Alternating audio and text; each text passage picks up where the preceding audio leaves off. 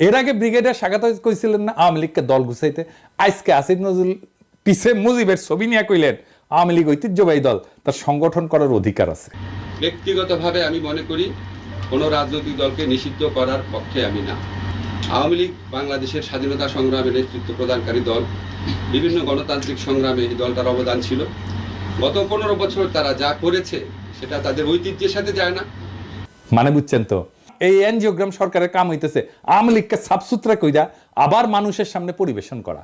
আসিফ নজরুলকে জিজ্ঞেস করেন, জার্মানিতে হিটলারের দল কি রাজনীতি করতে পারে? আওয়ামী লীগ কি ফ্যাসিস্ট দল না? আসিফ নজরুলকে জবাব দিতে হবে যে হ্যাঁ বা না বলতে হবে।